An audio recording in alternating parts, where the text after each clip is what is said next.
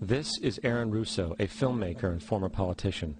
To his left is Nicholas Rockefeller of the infamous Rockefeller banking and business dynasty. After maintaining a close friendship with Nicholas Rockefeller, Aaron eventually ended the relationship, appalled by what he had learned about the Rockefellers and their ambitions. I got a call one day from an attorney woman I knew, and she said, would you like to meet one of the Rockefellers? I said, sure, I'd love to. And we became friends, and he began to divulge a lot of things to me.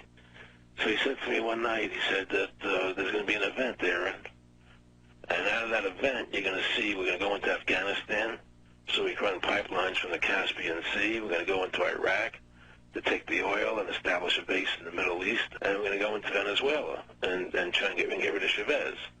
And the first two they've accomplished. Chavez they didn't accomplish. And he said you're going to see guys going into caves looking for looking for people that they're never going to find. You know, he was laughing about the fact that you have this war on terror. There's no real enemy. He's talking about how by having this war on terror, you can never win it because it's an eternal war. And so you can always keep taking people's liberties away.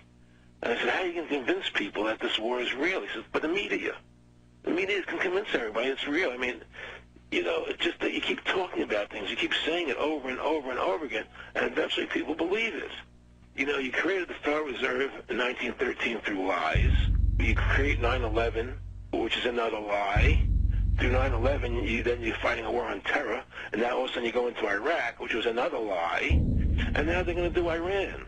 You know, and it's all one thing leading to another, leading to another, leading to another. Now, I would say, what are you doing this for? What's the point of this thing? You have all the money in the world you ever want.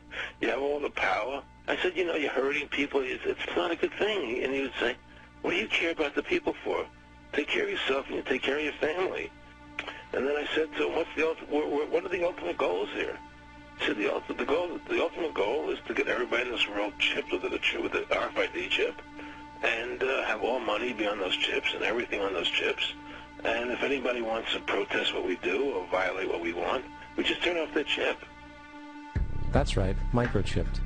In 2005, Congress, under the pretense of immigration control and the so-called war on terrorism, passed the REAL ID Act, under which it is projected by May 2008, you will be required to carry around a federal identification card, which includes on it a scannable barcode with your personal information.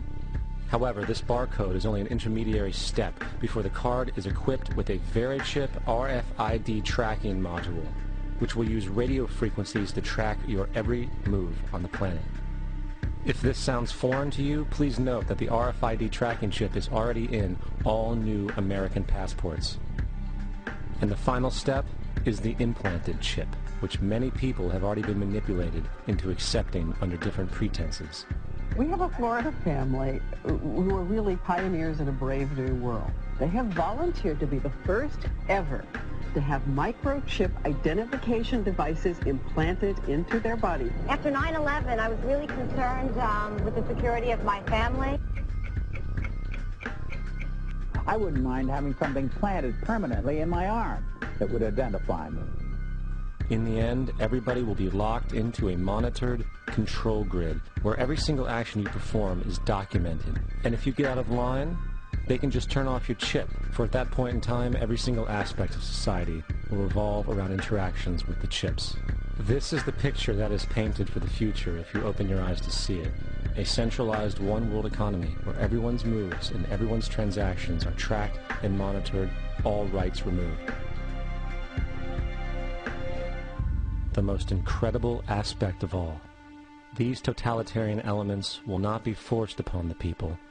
The people will demand them. For the social manipulation of society through the generation of fear and division has completely detached humans from their sense of power and reality.